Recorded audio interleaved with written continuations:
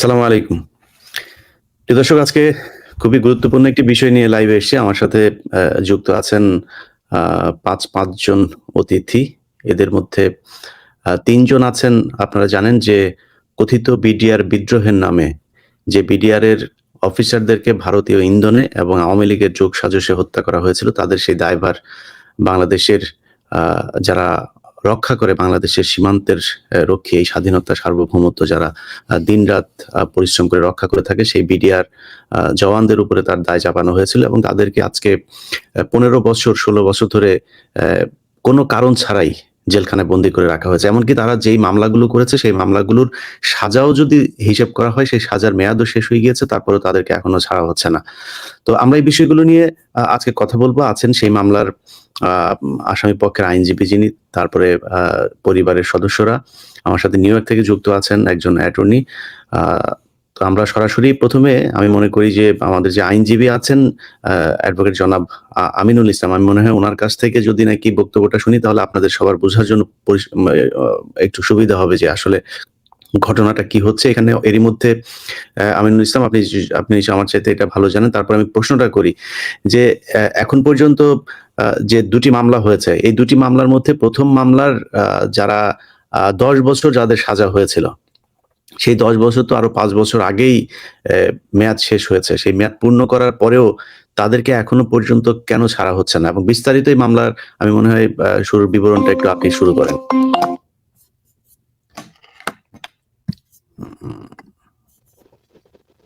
জি, ইলিয়াস ভাই, আমাকে শোনা যাচ্ছে? জি, শুনছি। জি, আপনি বলুন। আচ্ছা, ধন্যবাদ আপনাকে। যারা আমার সাথে আজকে আলোচকবৃন্দ আছেন সবাইকে এবং আমাদেরকে যারা শুনছেন সবাইকে আন্তরিক ধন্যবাদ জানাচ্ছি। দেখেন, আজকে যে বিষয়টি নিয়ে আমরা আলোচনায় বসেছি এটা অত্যন্ত দুর্ভাগ্যজনক যে ইতিমধ্যেই এই বিষয়টি নিয়ে আমাদের বর্তমান সরকারও ভাবছেন যে এইটির প্রকৃত বিচার হয়েছে কিনা আদৌ, বা এর পিছনে প্রকৃত মাস্টারমাইন্ড কারা ছিল। এবং আমাদের বর্তমান স্বরাষ্ট্র উপদেষ্টা, মাননীয় উপদেষ্টা, উনি পরিষ্কার করে বলছেন যে তখনকার সময়ে যে সেনাবাহিনীর যে একটা ইনকোয়ারি কমিটি হয়েছিল তার তিনি অন্যতম সদস্য ছিলেন, কিন্তু সেই ইনকোয়ারিটা তিনি পরিপূর্ণ করে যেতে পারেন নাই। এবং এটাও আমরা মিডিয়ার মাধ্যমে জানতে পেরেছি যে, এবং এটা আমরা ব্যক্তিগতভাবেও জানি যে তাকে সেই ইনকোয়ারি রিপোর্ট যাতে পূর্ণাঙ্গ রূপে প্রকাশ না পায় সেই জন্য কিন্তু তাদের ইনকোয়ারিটা মাঝপথে আটকে দেওয়া হয়েছিল। তাতেই বোঝা যাচ্ছে যে এই মামলাটির প্রকৃত অর্থে সঠিক তদন্ত হয়েছে কিনা এবং সঠিক বিচারটা হয়েছে কিনা। এই মামলাটি দেখেন আপনার গত ২৫ এবং ২৬শে ফেব্রুয়ারি ২০০৯ সালে এই ঘটনাটি ঘটেছে পিলখানার অভ্যন্তরে। এই ঘটনার একটু প্রেক্ষাপট যদি আপনাদেরকে একটু স্মরণ করিয়ে দিই, ২০০৯ সালের ২৪শে ফেব্রুয়ারি একটি বড়খানা অনুষ্ঠান ছিল পিলখানার ভিতরে, এবং পরের দিন দরবার অনুষ্ঠানের বিষয় ছিল ২৫ তারিখে। সেখানে তৎকালীন প্রধানমন্ত্রী শেখ হাসিনা এবং ধানমন্ডি অঞ্চলের যে তৎকালীন এমপি ফজলেনুর তাপস, তারা ওইটাতে আমন্ত্রিত ছিলেন। ২৪শে ফেব্রুয়ারি বড়খানায় তৎকালীন প্রধানমন্ত্রী শেখ হাসিনা এবং ফজলেনুর তাপস তারা কিন্তু বড়খানায় অংশগ্রহণ করেছেন, এবং পরের দিন তারা দরবারে অংশগ্রহণ করার জন্য তাদের শিডিউল ছিল। কিন্তু রহস্যজনকভাবে তারা ২৪ তারিখে বড়খানায় অংশগ্রহণ করলেও পরের দিন, যেটা সবচেয়ে ইম্পর্টেন্ট জিনিস ছিল দরবার ২৫ তারিখে, সেখানে ফজলুর তাপস কিংবা প্রধানমন্ত্রী শেখ হাসিনা তারা সেই দরবারে অ্যাটেন্ড করে নাই। তার আগে একটু আপনাদেরকে বলি, এই বিষয়ে বিডিআরদের একটা দাবি দেওয়া ছিল। সেখানে আপনারা জানেন যে এর অনেক আগে থেকে পিলখানার অভ্যন্তরে পোস্টারিং হচ্ছিল। ইভেন দেন ঢাকা শহরের বিভিন্ন জায়গায়, বিশেষ করে আপনার ফার্ম গেট অঞ্চলে বা অন্যান্য জায়গায় তৎকালীন স্বরাষ্ট্রমন্ত্রীর যে সাহারা খাতুনের বাসভবনের পাশাপাশি সেখানে কিন্তু অনেক পোস্টারিং, তাদের দাবি দেওয়া নিয়ে পোস্টারিং ছিল। বিডিআররা ফজলুর তাপসের সাথে তারা বিভিন্ন সময় মিটিং করেছে। শেখ সেলিম এবং স্বরাষ্ট্রমন্ত্রী তাদের সাথে তারা মিটিং করেছে, এবং এই নির্বাচনের আগে ফজলুর তাপসের সাথে তাদের অনেকবার বৈঠক হয়েছে, এবং তাদের মাধ্যম ছিল ওই পিলখানাটার যে ওয়ার্ডে, সেই ওয়ার্ড আওয়ামী লীগের প্রেসিডেন্ট এবং সেক্রেটারি তাদের মাধ্যমে তাদের সাথে সরকারের সাথে তৎকালীন সরকারের ব্যক্তিবর্গের সাথে তাদের যোগাযোগ হচ্ছিল। কথা এই বিষয়গুলো সরকার পূর্ব থেকে জানতেন এবং সেখানে পিলখানার ভিতরে RS unit, rifle security unit নামে একটা ইউনিট আছে, যেটা সিকিউরিটিটা তারা মেনটেন করেন DGF এর পাশাপাশি। সেই RS ইউনিটের মেজর সমপর্যায়ের ব্যক্তিদের নিয়ে তারা একটা কমিটি গঠন করেছিলেন এই বিষয়গুলো দেখবার জন্য। কিন্তু 25-24 তারিখের আগেই কিন্তু এই বিষয়গুলো সরকারের গোয়েন্দা সংস্থার কাছে, RS ইউনিটের কাছে, গভর্নমেন্ট সমস্ত কিছু বিষয়গুলো তারা অবহিত ছিলেন। এটা আমি বলছি অন রেকর্ড। আমি এভিডেন্স থেকে, কেস থেকে আমি যেগুলো পেয়েছি আমি সেইভাবে বলছি। এগুলি কোনোটাই আমার আসলে ব্যক্তিগত বিষয় না, আমি রেকর্ড থেকে যা পেয়েছি সেইভাবে বলছি। তারপরে যে কথাটা আমি একটু আগে বললাম যে 24 তারিখে যখন তাদের বড়খানার অনুষ্ঠান ছিল, সেখানে প্রধানমন্ত্রী অ্যাটেন্ড করেছে, ফজলিনুর তাপস অ্যাটেন্ড করেছে। 25 তারিখে দরবার হবে, সেখানে তারা যাবেন, কিন্তু তারা যাননি। এবং সেটি হচ্ছে যে তারা সিকিউরিটি রিজন দেখিয়ে তারা দরবার অ্যাটেন্ড করেননি। এতে আমরা এভিডেন্স থেকে অনেক তথ্য পেয়েছি, আমরা জেরা করেছি, অনেক সাক্ষীকে, আওয়ামী লীগের অনেক নেতৃবৃন্দদেরকে আমরা জেরা করেছি, 45 জন আর্মি অফিসারকে আমরা জেরা করেছি।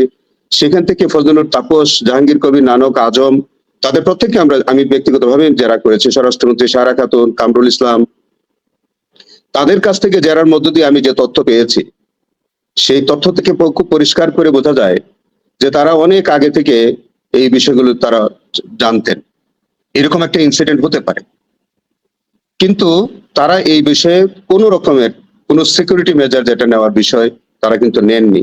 আমরা এটাও পেয়েছি যে আপনি শুনে অবাক হবেন, আমি আসলে এরকম কোনো প্ল্যাটফর্ম পাইনি যে বিডিআর বিষয়গুলো নিয়ে আসলে কেউ আমাদের কথা শুনবে। আমাদের তৎকালীন মিডিয়াও আমাদের এই কথাগুলো কখনোই আমাদেরকে ডেকে শোনেন নাই, কিংবা আমাদের এই বক্তব্যগুলো আমরা কোথাও ওইভাবে বলতে সুযোগ পাইনি।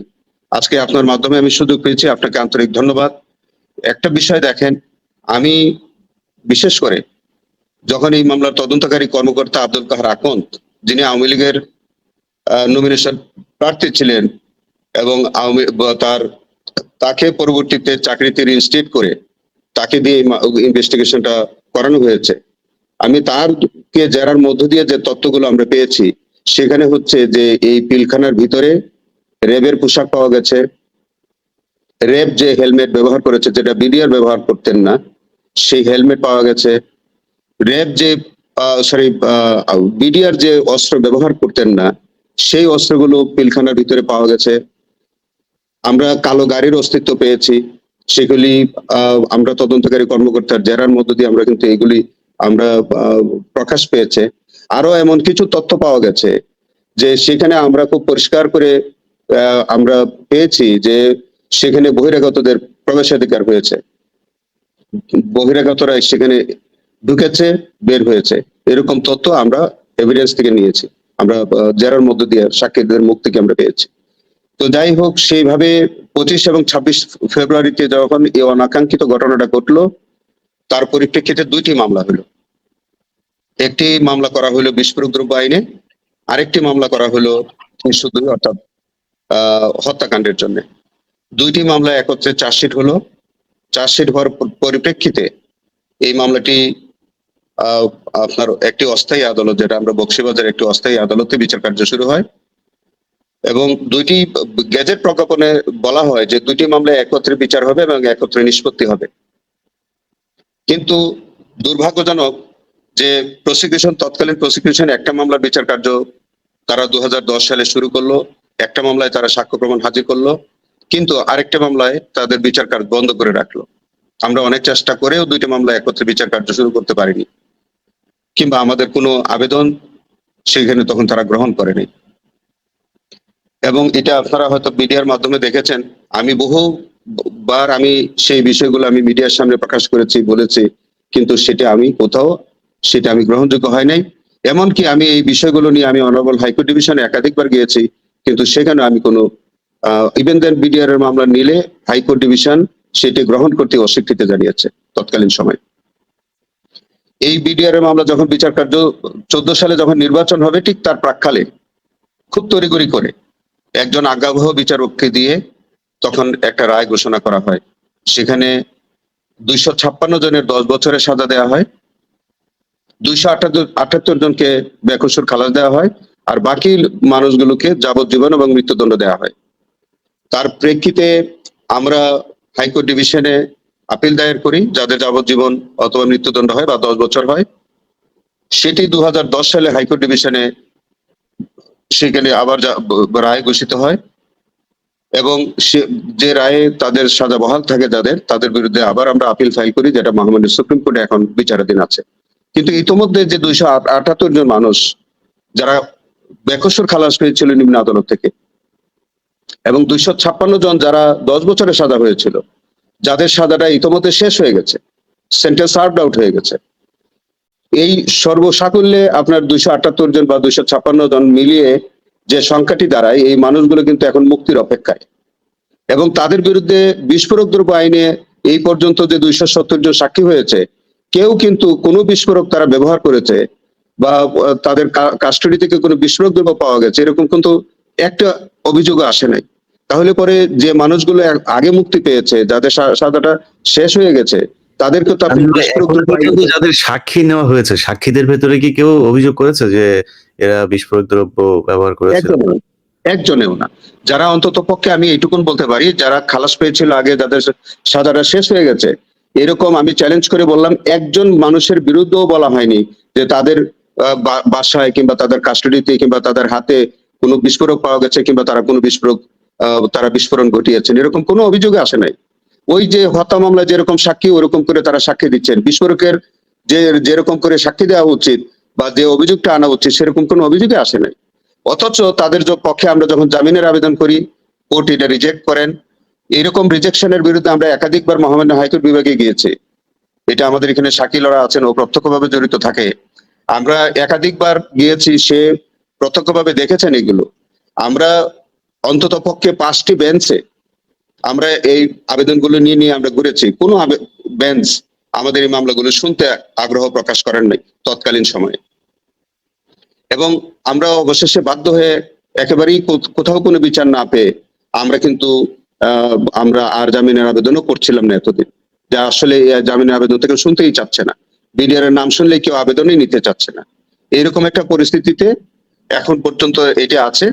এবং তবে গত 5ই আগস্টের এই চেঞ্জ ওভারের পরে আমরা মনে করলাম যে এখন একটা আইনের শাসন কায়েম হয়েছে এবং আমরা হয়তো আমরা ন্যায় বিচার পাবো, এরকম একটি প্রত্যাশার জায়গা থেকে আমরা যারা অন্তত খালাস পেয়েছে অথবা যাদের সাজাটা শেষ হয়ে গেছে, এই মানুষগুলোকে আমরা বাছাই করে তাদের পক্ষে আমরা একটা জামিনের আবেদন করেছি।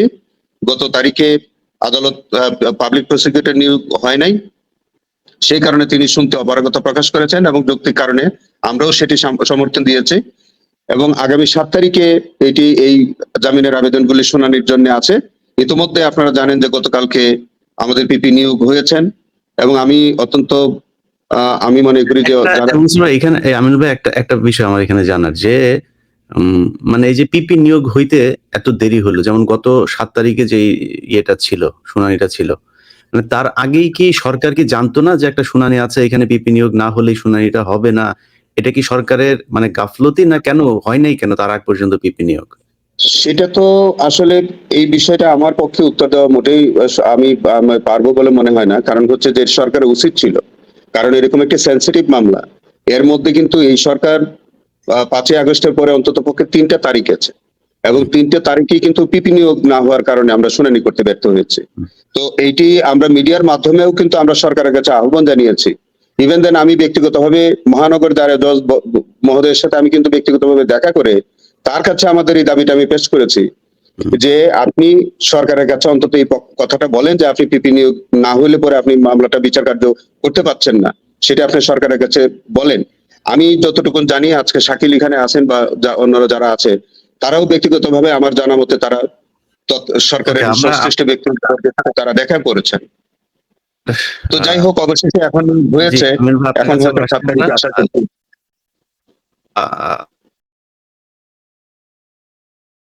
এই গেল বছর ধরে এটার পেছনে আপনার বয়স কত ছিল শাকিল ভাই আপনি? আচ্ছা, আসসালামু আলাইকুম। আমি সুবেদা আব্দুর রশিদের ছেলে শাকিল।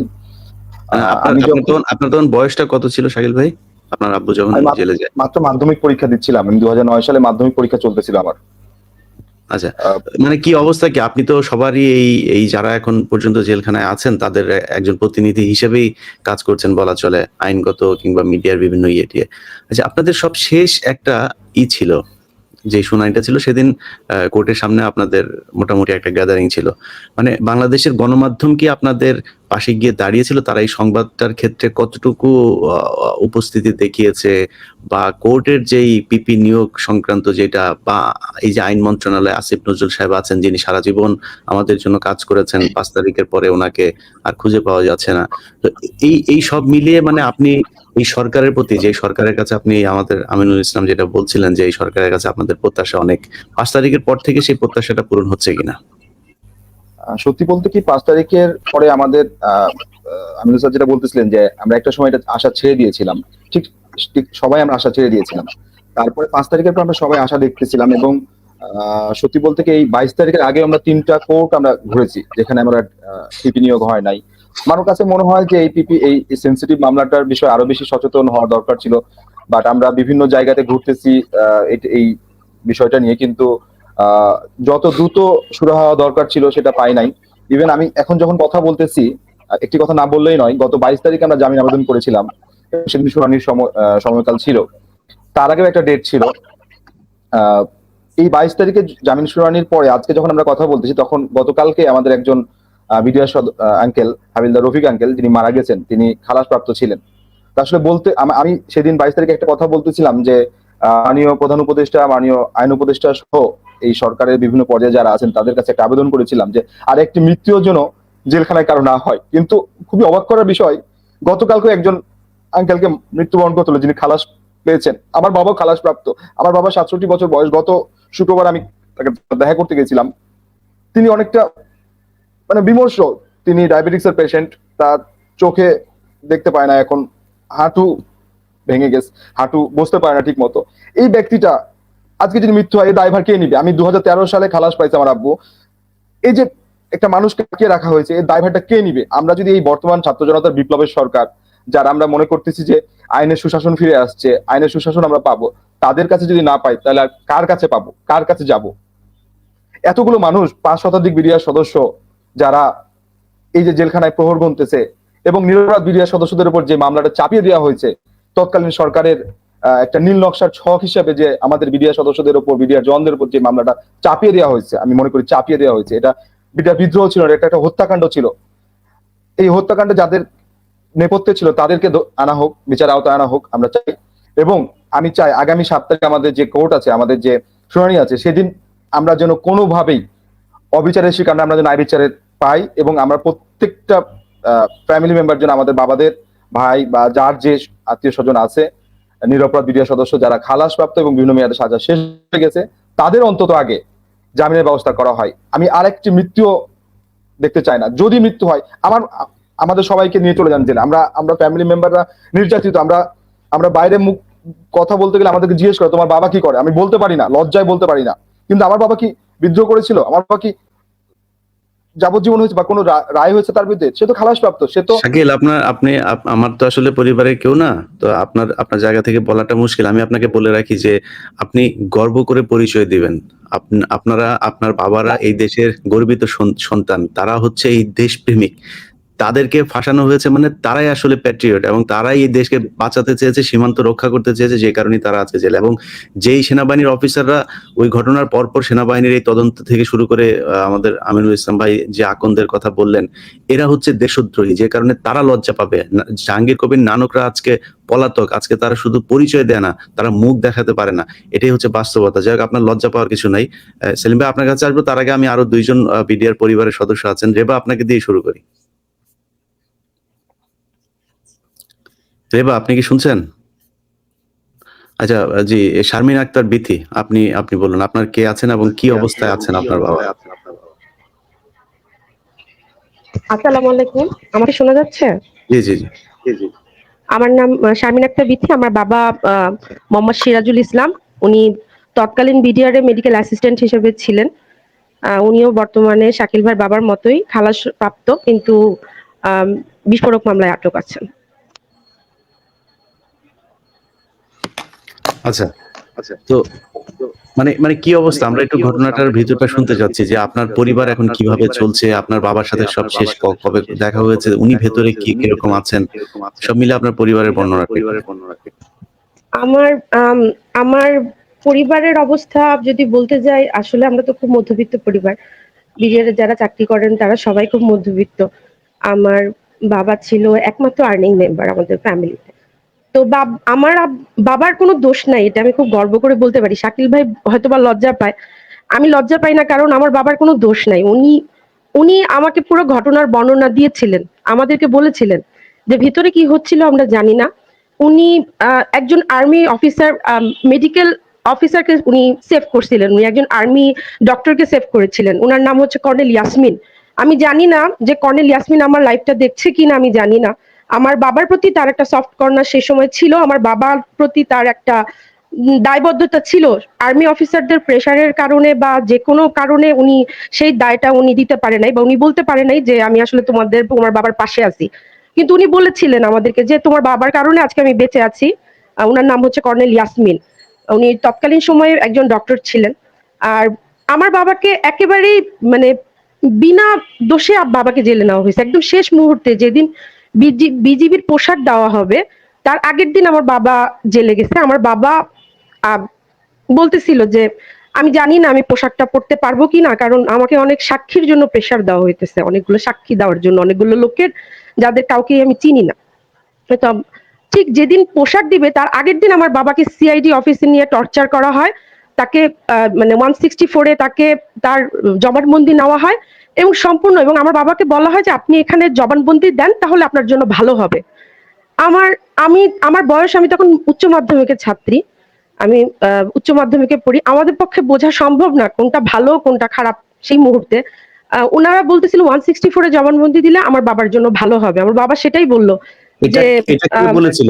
আপনারা সরাসরি এখন নাম বলেন, এখন তো আর সেই বাংলাদেশ না, আপনি না, সরাসরি বলেন।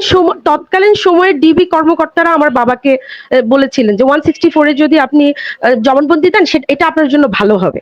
আমার বাবা আইনের 164 এর জবানবন্দি কি মানে স্বীকারোক্তি যে ওনারা স্বীকারোক্তি যে আমি বিদ্রোহ করেছি, আমি বিদ্রোহে জড়িত, আমি বিদ্রোহ করেছি। তো এই বিষয়টা তৎকালীন সময়ে আমার বাবা বা আমরা তো আসলে কখনো জেলখানা দেখিনি, সত্য কথা যেটা, আমার পরিবারের কেউ কখনো জেলখানায় যায়নি বা আমরা জেলের পরিচয় বা আইন সংক্রান্ত বিষয়গুলো আমরা জানি না, কেউ ডিল করতে পারেনি। আর ফ্যামিলির অবস্থা যদি বলি, বাবা আর্নিং মেম্বার একমাত্র। বাবা জেলে চলে যাওয়ার পর তার পরপরই আমি ঢাকা বিশ্ববিদ্যালয়ে চান্স পেয়েছিলাম, ঢাকা বিশ্ববিদ্যালয় দর্শন বিভাগে চান্স পেয়েছিলাম 2010-11 সেশনে। আসলে লেখাপড়া করতে পারিনি, পার্ট টাইম জবই করেছি, মানে কোনোভাবে লেখাপড়া করছি, কোন একটা সুপার শপে চাকরি করছি, টিউশন করছি, যে গভীর রাতে বাসায় ফিরতেছি, ফ্যামিলি সাপোর্ট। এখন এইভাবে তো আসলে একটা ফ্যামিলি কি, আমি আমার লাইফটাই পুরো শেষ হয়ে গেছে, আমার জীবনটাই পুরো শেষ হয়ে গেছে। আমার জীবনটা অন্যরকম হতে পারতো না, আমার জীবনটা শেষ হয়ে গেছে। এখন আমাদের বাকি সদস্য, আমার যে দুটো ভাই আছে, ওরাও মানে আমাদের মোদ্দা কথা হচ্ছে আমরা খুব অল্প বয়সে পরিবারের হাল ধরে ফেলছি। বাবা মার সাপোর্ট দেওয়া, বাবাকে সাপোর্ট দেওয়া, পরিবারকে সাপোর্ট দেওয়া, এটা আসলে অবর্ণনীয় কষ্ট। আমি আসলে কাউকে ভাষায় প্রকাশ করতে পারবো না, আমি কখনো কাউকে বলে বোঝাতে পারবো না। আমি জানি না। আর 5 আগস্টের পরে আমরা খুব আশা নিয়ে, আমি নিজেই খুব আশা নিয়ে, হাসনাত ভাই, তারপরে সার্জিস ভাই, উনাদের কাছে আমি খুব আশা নিয়ে যাচ্ছিলাম যে ভাই আমাদের এই বিষয়টা নিয়ে, বা আইন মন্ত্রণালয়ের আইন সচিবের সাথে বা উপদেষ্টাদের সাথে আমরা যদি একটু দেখা করে যদি কোনোভাবে বিষয়টাকে অগ্রসর করা যেত। আমার কাছে মনে হয় কেউই আমাদের সাহায্য করে নাই, কেউ না। আমি যদি বলি মানে আমিনুল আঙ্কেল এখানে আছে, আমিনুল স্যার উনি এখানে আছে, উনিও আমাদের সহায়তা করে নাই, উনিও আমাদের সেভাবে হেল্প করে নাই। উকিল হতে পারে, উনি বলতে পারে, কিন্তু উনি আমাদের সহায়তা করে নাই, এটা আমি জোর গলায় বলতে পারি। কেন করে নাই আমি জানি না, উনি তো আমাদের চাইতে বেশি অ্যাক্টিভ থাকার কথা ছিল, কিন্তু উনি আমাদের সহায়তা করে নাই। আমাদের ফারুক সাহেব যে উকিল আছেন, উনি বারবার শুধু বলে পিপি নিয়োগ হয়ে গেছে, পিপি নিয়োগ হয়ে গেছে, 5,000 টাকা দিয়ে যান, পিপি নিয়োগ হয়ে গেছে। আমরা টাকার পর টাকাই দিতেছি, টাকার পর টাকাই দিতেছি, পিপি নিয়োগ হয় না, আর পিপি নিয়োগ হয় না, কিন্তু গ্রুপে মেসেজ আসছে, উকিলের গ্রুপে মেসেজ আসছে যে পিপি নিয়োগ হয়ে যাচ্ছে। আমার কথা হচ্ছে এটা কি কারণে ওনারা করলো? 5 আগস্টের পরে তো আরো জোরদার হওয়ার কথা ছিল বিষয়টা। আমাদের পক্ষে তো আরো কথা বলার কথা ছিল। কিন্তু উনার তো এইসব কথা, এগুলো তো করার কথা ছিল না। উনারা তো আরো বিষয় আমাদের পাশে আরো বেশি শক্তভাবে জোরালো ভাবে দাঁড়ানোর কথা ছিল। আমার মনে হয় যে এই মুহূর্তে উনারা আমাদের সাথে যদি আরো জোরালো ভাবে আসে, আমাদের মানে পিপি নিয়োগের বিষয়টা সমাধান হয়েছে, 7 তারিখে যদি উনারা আরো শক্তভাবে আমাদের পাশে দাঁড়ায় তাহলে হয়তোবা আমরা জামিন পেতে পারি। কারণ আমাদের বাবাদের তো হত্যা মামলায় খালাস হয়ে গেছে, এখন বিস্ফোরক মামলা আছে, ওইটা যদি মামলা চলমান থাকে তবু জামিন পাওয়ার তো একটা রাইট আছে। যদি তারপরে রায় ঘোষণা করলে যা হবে, অথবা পুনঃ তদন্ত করলে যদি আবার তদন্ত করবে, কিন্তু রায় ঘোষণা করার আগে তো জামিন পাওয়ার একটা রাইট আছে। অন্তত সেই দিকে সরকারকে যদি কিছুটা মুভ করানো যায়, উকিলরা যদি সেই ব্যাপারে কাজ করে, আমার মনে হয় এটাই ভালো হবে, মানে এটা আমাদের জন্য অনেক উপকার হবে। জি, প্রিয় দর্শক, আপনাদেরকে একটু বোঝার স্বার্থে বলে রাখি যে ওনারা সরকার যে কৌশলটা নিয়েছিল সেই কৌশলটা হচ্ছে এরই মধ্যে কিন্তু অনেক বিডিআর এর সদস্য তারা কিন্তু আপনার এই জেলখানার ভেতরে মারা গিয়েছে। অনেক পরিবারের সাথে কথা বলে জানা গিয়েছে তাদেরকে আসলে মারাই হয়েছে। কারণ বেশিরভাগ ক্ষেত্রেই এই তাদের বয়স 60 ঊর্ধ্ব, আরো 65, 67 এই বয়সের মানুষগুলোর হার্টের সমস্যা থাকে, কিডনিতে সমস্যা থাকে, ডায়াবেটিস থাকে, নানান সমস্যার কারণে তারা যখন বলেন যে তাদের হসপিটালে নিয়ে যেতে হবে, তখন যেই কাজটা হয় সেটা হচ্ছে যে হসপিটালে নিয়ে যাওয়া হয় না। এবং গণমাধ্যমে যখন খবরটা আসে সেই খবরে বলে, আমার সাথে এখানে কয়েকজন পরিবারের রং বলি, তাদেরকে বলা হয় যে লাশ হাসপাতালে নেওয়া হয়েছে, চিকিৎসাধীন অবস্থায় তার মারা যায়। আসলে চিকিৎসাধীন অবস্থায় তাদের মারা যায়। আমি যে কটা পরিবারের সাথে কথা বলেছি সবার ক্ষেত্রে একই ঘটনা ঘটেছে। মারা গিয়েছে, মারা যাওয়ার পরে হসপিটালে নিয়েছে, সেখানে দেখানো হয়েছে যে চিকিৎসক বলেছে যে উনি মারা গিয়েছেন। এই অবস্থায় হয়েছে। অতএব সরকারের একটা একদম সুনির্দিষ্ট কৌশল ছিল যে তাদেরকে হত্যা মামলায় যারা খালাস পেয়েছে তারা তো আসলে বিস্ফোরক দ্রব্যের এই মামলায় তারা কিভাবে সাজাপ্রাপ্ত হবে, প্রশ্নই আসে না। কারণ বিস্ফোরক দ্রব্য দিয়েই তো তারা মারবে। অতএব যেহেতু সেই মামলাতে তারা খালাস পেয়েছে, অতএব পরের মামলাতেও খালাস পাবে, এটা সরকারও জানে। যে কারণে তাদের এই সাক্ষ্য নেয়া, তারপরে মামলার ধীর গতি, এরপরে সেই মামলাটা করাও হয়েছে পরে, এই জিনিসগুলো করে তারপরে সরকার তাদেরকে আটকে রাখতে চেয়েছে। যাক, আমরা রেবার কাছ থেকে শুনে আসি, শুনে এসে তারপর আবার একটু আইনজীবীদের কাছে যাব। রেবা, আপনি বলুন আপনার পরিবারের অবস্থা কি, কিভাবে চলছে সংসার? বাবার সাথে সবশেষ দেখা হয়েছে, আপনার বাবা কেমন আছে? জি, আসসালামু আলাইকুম। পরিবারের কথা বলতে গেলে আর কি বলবো, পরিবার বলতে এখন প্রায় শেষের দিকে, এটা প্রত্যেকটা পরিবারের লোকই বুঝতে পারতেছে। আপনারা কি শুনতে পাচ্ছেন আমার কথা? জি জি জি, আপনি বলুন, আপনার শুনছি পরিষ্কার। তখন আমার বাবা অ্যারেস্ট হয়, তো তখন আমি ক্লাস 9 এ পড়ি। তো তখন আমার স্পষ্ট এখনো মনে আছে যে আমি স্কুলে যাব, সেই মুহূর্তে আমাদের বাসায় ফোন ছিল না। তো আমার চাচাতো ভাইয়ের ফোন ছিল, তো তাকে ফোন দিয়ে শুধু বললো যে বাসায় নিয়ে যাও। সে কথা বলতেছে, আমার এটা এখনো মনে আছে কি বলছে, আমি সেটাই আপনাদেরকে জানাইতে যাচ্ছি। উনি তখন বলল যে দেখো, আমার এখানে বিডিআর দের মধ্যে একটা ঝামেলা চলতেছে, তো এখানে যে গোলাগুলি হচ্ছে, আমি রাইফেল ইউজ করতে পারি, বাট আমার কাছে কিন্তু কোনো রাইফেল নাই এই মুহূর্তে। আমাকে যদি এই মুহূর্তে সামনে থেকে কেউ গুলি করে বা পিছন থেকে গুলি করে, আমি কিন্তু তার কোনো ফিডব্যাক দিতে পারবো না, কারণ আমার কাছে কোনো প্রকার রাইফেল নাই। তো তোমরা সবাই আমার জন্য দোয়া করো। আমি এখানে খালি হাতে একটা ওয়ালের পাশে যেভাবে হোক নিজেকে বাঁচানোর জন্য দাঁড়ায় আছি। তো দোয়া করো এখান থেকে আমার যেন আমি জীবিত বের হইতে পারি। এখন বাকিটা আল্লাহ ভরসা, আমি এখান থেকে আমার লাশও বের হইতে পারে। এই কথাটা আমার একদম স্পষ্ট মনে আছে। তাহলে আমার প্রশ্ন হলো যে আমার বাবা যদি এই কথাটা বলার পরেও আজ পর্যন্ত এতদিন ধরে যে মানে পড়ে আছে, তার 67 বছর বয়স, সে অসুস্থ, তার হার্টের সমস্যা, তার জেলখানায় 2018 সালে সে ওখানে পড়ে গিয়ে তার হাঁটু ফেটে গেছিল, সে পঙ্গু হাসপাতালে এসে অপারেশন করাইছে। এতবার যে ডাক্তার দেখানোর জন্য আমরা এত রিকোয়েস্ট করছি বা এত চেষ্টা করছি, তাকে আমরা একবারও ডাক্তারের কাছে নিয়ে আসতে পারিনি। তার ডেইলি তাকে 90 থেকে 100 টাকার মতো করে ওষুধ খেতে হয়। মানে সে না চলার মতোই একটা লোক এখন। তো এইভাবে যে এই লোকগুলোকে এইভাবে ধরে ধরে ধরে এইভাবে দিন পার করাচ্ছে, তো আমরা এর মানে সঠিক বিচারটা কি পাবো? আমাদের তো প্রত্যেকটা পরিবারই শেষ। আমার মা আছে, আমার একটা ভাই আছে, আমার ভাই কিছুই করে না। আমার ভাবি কোন রকম একটা প্রজেক্টে চাকরি করে, সেই দিয়ে আমাদের সংসার চলতেছে, বা যেমনি চলুক চলতেছে, কিন্তু এইভাবে তো আর কতদিন? আমার এখন একটা রিকোয়েস্ট, সেটা হলো আমাদের যে উকিল সাহেব আছে তার কাছে আমার মানে সর্বোচ্চ মানে আশা, আমার কথা, আমার হাজবেন্ডকে উনি চেনে, ও সবুজ, তো সে প্রায় তার কাছে যায়, তার সাথে দেখা হয়। তো তার কাছে আমার রিকোয়েস্ট, আপনি যথেষ্ট চেষ্টা করেন, মনে করেন যে আমরা আপনার মানে মেয়ে হিসেবে আমি বলতেছি আপনার কাছে, আমার একদম হাত জোর করে আমি রিকোয়েস্ট করতেছি, আপনি এই ব্যাপারটা নিয়ে ভাবেন। অত্যন্ত আমাদের মানে বাবাদের ভাইদের একটু যেভাবে হোক আমাদেরকে বের করে দেন, এভাবে আর জীবন চলে না। আমার জীবনে আমার বাবা 16 বছর নাই, এই 16টা বছর আমি আর কখনোই ফিরে পাবো না। আমি সেই ক্লাস 9 থেকে আমার বিয়ে হয়েছে, আমার বাচ্চা হয়েছে, কিন্তু আমি আজ পর্যন্ত আমার সন্তানকে আমার বাবার যে হাতটা আমি ধরাবো এটাও কিন্তু আমি পারিনি। আমি যতবার জেলখানায় যাই তার সাথে দেখা করার জন্য, সে তখনই বলে যে মা তুমি আসিও না, তোমাকে দেখলে আমি ঘুমাইতে পারি না, তুমি আমার সাথে দেখা করতে আসিও না। তো আমাদের উকিল সাহেবের কাছে আমার সর্বোচ্চ চাওয়া যে আপনি যেভাবে হোক এই জিনিসটাকে একটু দেখবেন এবং তাদের জামিনের একটা সুব্যবস্থা করার চেষ্টা করবেন।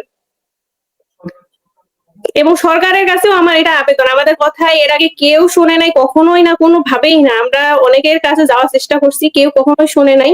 তো সরকারের কাছেও আমাদের এই সর্বোচ্চ আশা যে আমরা এই 7 তারিখে ইনশাআল্লাহ জামিন পাবো এবং তারা আমাদেরকে এই ব্যাপারে অবশ্যই সহযোগিতা করবে। প্রিয় আসিফ আর নজরুল যে এবং আমাদের উকিল ছিল সরকারের জন্য আমিনুল স্যার ছিল, তাকেও অনেক অনেক ধন্যবাদ, এবং বাকি যে সময়টা আমাদের দরকার থাকে উনি যেন আমাদের পাশে থাকে।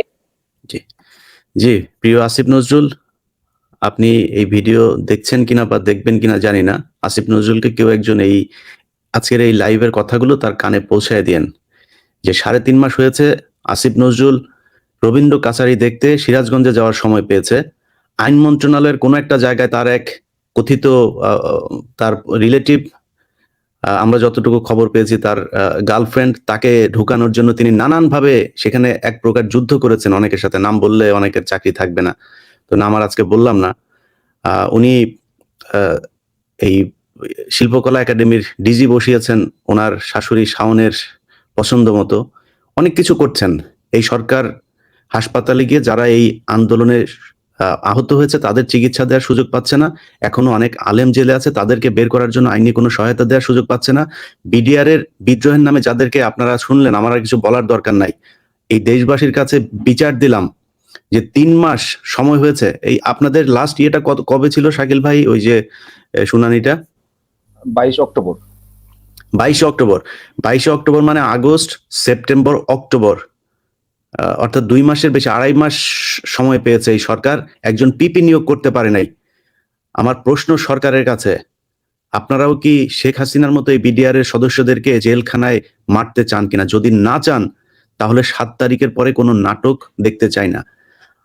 যদি পরিস্থিতি এরকম হয় তাহলে এই বিডিআর এর পরিবারের কিন্তু ওদের আর নিজেদের বেঁচে থাকার কোনো ইচ্ছাও নাই। আমি যাদের সাথে কথা বলেছি এরা এখন যে কোনো কিছু করতে রাজি। যদি মনে করেন যে এদের সাথে যুদ্ধ করবেন তাহলে এরা রাস্তায় গিয়ে নামবে, আপনাদের ইয়ের সামনে গিয়ে দাঁড়ায় থাকবে কাফনের কাপড় পরে, তারপরে গুলি করেন, এদেরকে মেরে ফেলেন। 7 তারিখে সরকারের কাছে অনুরোধ যেন ন্যায় বিচার পায়। সেলিম ভাই, আপনি শুনছিলেন যে এই যে মাইনুল ভাইয়ের কাছে একটা কথা জিজ্ঞেস করি আমি। আমাকে মাইনুল ভাই, আমিও একজন অ্যাটর্নি, আমি ল প্র্যাকটিস করি এখান থেকে গত 32 ইয়ার্স আমেরিকায়। তো এখন ধরেন পিপি নাই, কিন্তু কোর্টও গভর্নমেন্ট রিপ্রেজেন্টেড হোক বা না হোক, কোর্ট তো এটা শুনানি করতে পারে এবং অ্যাকশন নিতে পারে। It's not essential. এক্ষেত্রে আমি একটা কথা বলি আপনাদের, যেহেতু এই যে ফ্যামিলির এই যে হৃদয় বিদারক কথা আমরা শুনছি, এতে কোনো হিউম্যান বিং নাই যে সে অ্যাফেক্টেড না হয়ে পড়ে। এই তোমাদের পরে আমার সিম্প্যাথি, এবং বিশ্বাস করো না করো তোমাদের রক্তক্ষরণ আমাদেরও হচ্ছে, এই 3টে ইন্ডিভিজুয়াল যারা বিডিআর এর ফ্যামিলির ইয়ে করা। তো তোমাদের পরে আমার সমবেদনা রইল এবং আই উইশ দ্য বেস্ট। এইসব ফ্যামিলি নিয়ে আপনি কোর্টে দাঁড়ান না কেন? আবেদন চান, দরকার এদের কাফনের কাপড় পরে নিয়ে কোর্টে ঢুকাই দেন, কোনো কথাবার্তা বলেন। এখানে একটা কথা আপনাকে জানায় রাখি, দর্শকদেরও জানা দরকার এই কথাটা। সেটা হচ্ছে ওনারা এই যে শেষ যে কথা বললো যে 17 তারিখের যেটা বললো, জানেন আপনি ওনারা সেখানে গিয়েছিলেন। আমি বাংলা এডিশন নামে একটা অনলাইন পোর্টাল খুলেছি, সেটার ইউটিউব ফেসবুক পেজে এখনো ওইভাবে রিচ হয় নাই। আমার এখান থেকে আমি লোক পাঠিয়েছিলাম, জিজ্ঞেস করেন ওনাদের এই প্রোগ্রামটা কভার করার জন্য কেউ যায় নাই। এমনকি আমি নাম বললাম না, সমন্বয়কদের 2-1জনকে বলা হয়েছিল, তারা কথা দিয়েছিলেন সেদিন যাবেন, তারা যেতে পারে না, এটা তারা গুরুত্বপূর্ণ মনে করেন নাই। বলি কেউ যায় নাই, তার কারণটা কি জানেন? আপনি আর আমি একটা সেগমেন্ট করেছিলাম, কতগুলো কথা বলছিলাম, মনে আছে আপনাদের? যে প্রফেশনাল অর্গানাইজেশন গুলোতে রাজনীতি ঢুকেছে। সাংবাদিক হলো বিএনপি সাংবাদিক, সাংবাদিক হলো আওয়ামী সাংবাদিক, সাংবাদিকের জন্য কোনো সাংবাদিক নাই। লয়ারদের ক্ষেত্রেও তাই আছে। লয়ার প্রফেশনাল ইন্টিগ্রিটির জন্য, রুল অফ ল প্রমোট করার জন্য কোনো লয়ারদের কোনো সংগঠন নাই। লয়ারদের আছে আওয়ামী আইনজীবী সমিতি, লয়ারদের আছে জাতীয়তাবাদী আইনজীবী সমিতি। সুতরাং রুল অফ ল, লয়ারদের প্রফেশনাল ইন্টিগ্রিটি প্রমোট করার জন্য, আইনের শাসন কায়েম করার জন্য কোন লয়ারদের কোনো সংগঠন নাই। এবং সেই সংগঠনগুলো অত্যন্ত সাইলেন্ট। যারা এইসব, যেমন বার কাউন্সিল আছে, কিন্তু বার কাউন্সিলের লিডাররা সমস্তই অন্য রাজনৈতিক দলের নেতা। সুতরাং তারা আইনের শাসনের দিকে তাদের কোনো খেয়াল নাই। পদ পদবি কিভাবে পায়, সুযোগ সুবিধা কিভাবে পায়, সেইটার দিকেই ব্যস্ত। সরি ভাই আমার এই কথাটা বলার জন্য, কিন্তু ইট অ্যাপিয়ার্স দ্যাট ওয়ে। আমি যদি আমিনুল ভাইয়ের ওইখানে হইতাম, আমি 800 ফ্যামিলি নিয়ে মার্চ করাইতাম কোর্ট রুমের ভিতরে। জাজ দেখুক, একটা প্রেশার তো হোক। এ দেশে তো আইনের শাসন নাই ভাই, এই প্রেশারেই কাজ হয়। আর একটা কথা আমি বলি, তোমরা 800 ফ্যামিলি 850 ফ্যামিলি নিয়ে অনশন করো, দরকার স্টেজ ধর্মঘট করো প্রেস ক্লাবের সামনে, সেক্রেটারিয়েটের সামনে, সুপ্রিম কোর্টের চারিপাশে একটা প্রেশার দাও। আমি যদি বাংলাদেশে থাকতাম, তা আই উইল ফাইলে, আমি জানি আমিনুল ভাই বলবে, আমি আমার আমার বাংলাদেশে তো আমার প্র্যাকটিস খুবই লিমিটেড এবং করিও নাই তেমন কিছু, স্পোরাডিক দুটো একটা কেস এইখান থেকে করা ছাড়া। রিট পিটিশন আর্টিকেল 102 আন্ডারে যেহেতু ওভারওয়েলমিং এভিডেন্স এখন সারফেসড হচ্ছে বিভিন্ন লোকের ইন্টারভিউ দিয়ে, weather A writ petition is possible to force the government to form an independent inquiry commission. Supreme কোর্টে ওনাদের যে ডেথ সেন্টেন্সের এগেইনস্ট যে মামলা আছে, আমি জানি না বাংলাদেশের ক্রিমিনাল পর্যবেক্ষণ ভাবে কনস্টিটিউশনাল আন্ডারে বোধহয় for the interest of justice এটা সম্ভব যে to remand this case back for a further inquiry and a new trial. And যেহেতু প্রলংড এই 19 বছর ধরে এই ফ্যামিলির আত্মীয় স্বজন গুলা জেলে আটকা আছে, কোন it should shock the conscience of the court, এবং জাতির কনসিয়েন্স তো ইয়েই আছে, তাদের অ্যাটলিস্ট জামিনে বের করে দেওয়া হোক, তারপরে ইনকোয়ারি চলুক আর ইয়ে চলুক। আই থিঙ্ক এখন রাইট সময়। আর appropriate pressure on the government. সাংবাদিকতার দিক থেকে বিভিন্ন দিক দিয়ে দেখছি অনলাইনে ডেলি এইসব নিয়ে আলাপ আলোচনা হচ্ছে, কিন্তু এই ফ্যামিলি গুলোর অ্যাক্টিভ হইতে হবে। এই বিথি, শাকিল আর এই মেয়ের নামটা ভুলে গেলাম।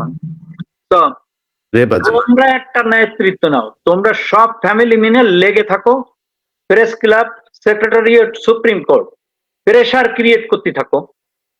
প্রেশার ছাড়া বাংলাদেশে কোনো কাজ হয় না। তার কারণ এই জাজগুলাও অ্যাপয়েন্টেড বিভিন্ন সময়, এরা সার্ভ করেছে বিভিন্ন রাজনৈতিক দলের পারপাসে।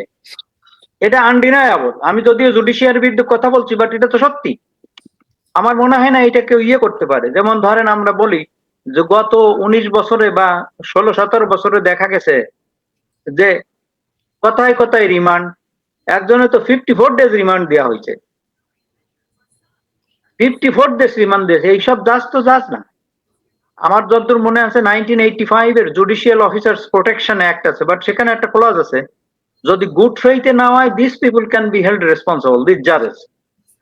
তো সেখানেও একটা ব্যাপার স্যাপার আছে। এইসব জাজদের বিরুদ্ধে বোধহয় মামলা করা যাইতে পারে, রিড করা যাইতে পারে যে কেন তারা এখনো এত বিচারে আছে। But it need a aggressive advocacy, খুব অ্যাগ্রেসিভ ইয়ে।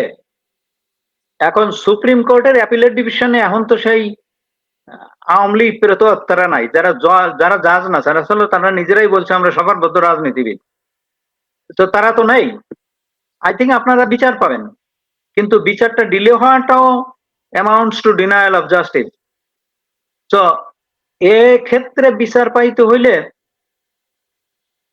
আমি শাকিল, আমি বলি লয়াররা কতদূর ইফেক্টিভ আমি জানি না, তারা ইফেক্টিভ, বাট জাজে যদি না শোনে, উপরে এসে যদি না শোনে, তারা আবার বিভিন্ন ভাবে ডিসিশন নেয় যে আমার প্রমোশন আটকে কিনা, আমি কাউরে অ্যাঙ্গার করি কিনা। এই ধরনের জাজ বাংলাদেশে ভর্তি। আমারও বন্ধু বান্ধব অনেক জাজ আছে, including in the high court divisions. অনেকেই জাজ আছে, তারা বিভিন্ন ভাবে দেখছি তারা খুব রুলিং দিতে চায় না। তো এক্ষেত্রে তোমাদের এই ফ্যামিলিরই বড় ইয়ে আছে, তোমরা ফ্যামিলি নিয়ে, ছেলে মেয়ে নিয়ে, আত্মীয় স্বজন নিয়ে রোডে নামো। যদি এদের ইয়ে করতে দেন, 19 years or 17-18 years is too long. 15 বছর জেলে থাকা ইজ টু লং। সব ফ্যামিলি গুলো ধ্বংস হয়ে গেছে। জি এরপরে তোমরা ছাড়বা না, আমি বলি তোমরা ইয়ে করবে। এরা বের হওয়ার পরে ফাইলে রিট পিটিশন ফর ক্ষতিপূরণের জন্য সমস্ত ফ্যামিলি, যেহেতু তোমরা সাফার করেছো এই রয়্যাল কনস্পিরাসির জন্য, সরকারের একটা কনস্পিরাসি। ইনশাল্লাহ সেলিম ভাই, আমরা বের হওয়ার পরের ঘটনাগুলো নিয়ে আপনাকেও চাই এটার সাথে সম্পৃক্ত করতে। আপনি নিজেও দেশে গিয়ে আইনের সহায়তা দেবেন। যদি আমারে সাহায্য করে, হুম।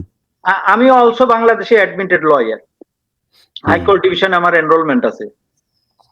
আমি তো প্রসিজার ভালো জানি সেলিম না। ভাই বাংলাদেশে এখানে যত লয়ার আছে তাদের ভেতরে সবচাইতে রেকগনাইজ একজন লয়ার, এবং উনি শারীরিক একটু অসুস্থতার কারণে এখন খুব বেশি প্র্যাকটিস করতে পারে না, কিন্তু একসময় এখানে যেই আসতো বিশেষ করে ইমিগ্রেশনের যে কোনো সমস্যায় সবাই ওনার কাছেই ছুটে যেতেন। যাক, আমরা আমিনুল ভাই আপনার কাছে আমার দুইটা কোশ্চেন, আমরা অনুষ্ঠান শেষের দিকে ছোট করে একটু বলবেন যে এই মামলার তদন্ত কি হচ্ছে কিনা, বা তদন্ত করলে সেই কর্মকর্তাটা কে? আরেকটা হচ্ছে এই যে গেল 17 তারিখে আপনাদের শুনানিটা ছিল, মানে আপনারা কি এই ব্যাপারে সরকারের সাথে কোনো কথা বলেছিলেন যে পিপিটা নিয়োগ হয়েছে কিনা, মানে সবকিছু মানে প্রপারলি ঠিক যাচ্ছিল কিনা, এটা কি জানতেন কিনা? এই যে 17 তারিখে এতগুলো মানুষ এখানে আসলো, তারা তাদের পরিবারের মানুষদের সাথে দেখা করবে বা তারা শুনানিটা হবে, তাদের স্বপ্ন ছিল হয়তো যে ওই দিন তাদের জামিনও হতে পারতো, মানে এটা হয় নাই কেন? এটার ব্যাপারে আপনাদের কোনো ইলিয়াস ভাই আমাকে একটু যদি সুযোগ দেন, আমি আমার শুরুতেই আমি একটা কথা বলেছিলাম, হয়তো আমি বোধহয় সবার অ্যাটেনশন নিতে পারি নাই। এই মামলাটা 2010 সাল থেকে আমি অব্যাহতভাবে কিন্তু এই মামলাটায় আছি। আপনি এখানে আমাদের সাথে আরো ভিকটিম পরিবারের 3 জন আছে, তারা ব্যক্তিগতভাবে জানেন যে এই মামলায় অনেক আইনজীবী আমরা নিয়োজিত ছিলাম, কিন্তু সেই মামলায় এখন আর কোনো আইনজীবী আর কোনো ইন্টারেস্ট নাই, কিংবা তারা এই মামলাটায় আসেন না। বাট আমি যে কোনো কারণেই হোক, মানবিক কারণটাকে আমি প্রাধান্য দিয়ে, এবং এই মানুষগুলো ব্যক্তিগতভাবে আমাকে খুবই পছন্দ করেন বলে আমার কাছে মনে হয়, যার কারণে আমি কিন্তু এই যে আপনার গত 16 বছরে তারা 16 বার আমাকে ফি দিয়েছেন কিনা আমি জানি না, কিন্তু আমি কিন্তু এই গত 16 বছর তাদের সাথে আমি লেগে আছি, এটি মানবিক কারণে। আপনি যেটা সেলিম ভাই বললেন যে আমরা এই মানুষগুলোকে বের করার জন্য, ধরেন 278 জন মানুষ অথবা 256 জন খালাসপ্রাপ্ত, সেইগুলো আমার একক প্রচেষ্টাতেই হয়েছে, এবং আমি এককভাবে ধরেন আর্মি কিংবা সরকার তাদের সাথে কিন্তু আমি একাই ফাইট করে যাচ্ছি জীবনের ঝুঁকি নিয়ে। আমি আর বেশি কিছু আর বললাম না, জীবনের ঝুঁকি নিয়ে কিন্তু আমি এগুলো করে যাচ্ছি, এটা তারা জানে। এই মামলায় তাদের পক্ষে আমি অসংখ্যবার জামিনের আবেদন করেছি, অসংখ্যবার। সেটি ট্রায়াল কোর্ট যেমন ভাবে তারা শুনতে অপারগতা প্রকাশ করেন, আমি যখন একাধিকবার উচ্চ আদালতে এসেছি, এবং ওই যে একটু আগে বললাম যে শাকিল, সে আমার পিছনে পিছনে আমাকে অনুসরণ করেন সবকিছুতে, আমি অসংখ্যবার উচ্চ আদালতে আমি জামিনের আবেদন করেছি।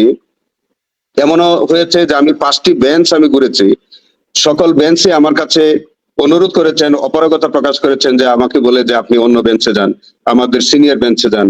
আমি কোনো একটা বেঞ্চের কাছে আমি একেবারেই একটু খারাপ ব্যবহার করে আমি বললাম যে আপনার শুনতে অসুবিধাটা কোথায়, আপনি শুনবেন তো আমাকে, আপনি আমাকে বিল দিতে বলছেন, আপনি বিল দিবেন না? পরে না আগে? না, আগে না, আমরা 5 তারিখের আগে বলি ভাই। 5 তারিখের পরের কথা যদি বলি, 5 তারিখের পরে আমরা 5 তারিখের পরে 1ম তারিখে কিন্তু আমরা জামিনের আবেদন করেছি, এবং ওখানে এটা বাস্তবতাটা হচ্ছে এরকম যে এই মামলাগুলো কিন্তু অন্য 10টা কেসের মতো না, কারণ এগুলো বুঝতে গেলেও আপনার 30-34 হাজার পৃষ্ঠা হচ্ছে একটা রায়। আপনি আমার চেম্বারে যদি আমি দেখাতে পারতাম, আমি এখন বাসায় বসে কথা বলছি, আমার চেম্বারে যদি দেখবেন যে আপনার অন্তত পক্ষে 4টা আলমারি শুধু তাদের একটা রায়ের কপি। তো সেইগুলা কিন্তু আমাদেরকে মেনটেন করতে হয়, এবং এটা অত্যন্ত কঠিন কাজ যে 800 মানুষকে আমাদেরকে স্মরণে রাখতে হয়, এবং 800 মানুষের ব্যাচ নাম্বার আমাদেরকে মনে রাখতে হয়, তাদের কার এই মামলায় কার কি সাজা হয়েছে এগুলো আমাদেরকে স্মরণে রাখতে হয়, যেটা আমি মনে করি যে একজন আইনজীবীর পক্ষে একেবারেই অসম্ভব। আমি আমার একটা টিম নিয়ে আমি কাজ করি বলে হয়তো পারি, এটা ওরা দেখেছে, ওরা প্র্যাকটিক্যালি দেখে। আমি যেটা আপনাকে বলি যে এই মামলায় গত 3 তারিখ কেন শুনানি হয় নাই, আমাদের দেশের বিস্ফোরক দ্রব্য আইনের একটা সেকশন হচ্ছে যে রাষ্ট্রপক্ষকে শুনতে হবে। কিন্তু রাষ্ট্রপক্ষকে না শুনেও যে জামিনের আবেদন বিবেচনা করা যাবে না এরকমটা কিন্তু বিষয় নাই। জামিনের আবেদন বিবেচনা করা যায়।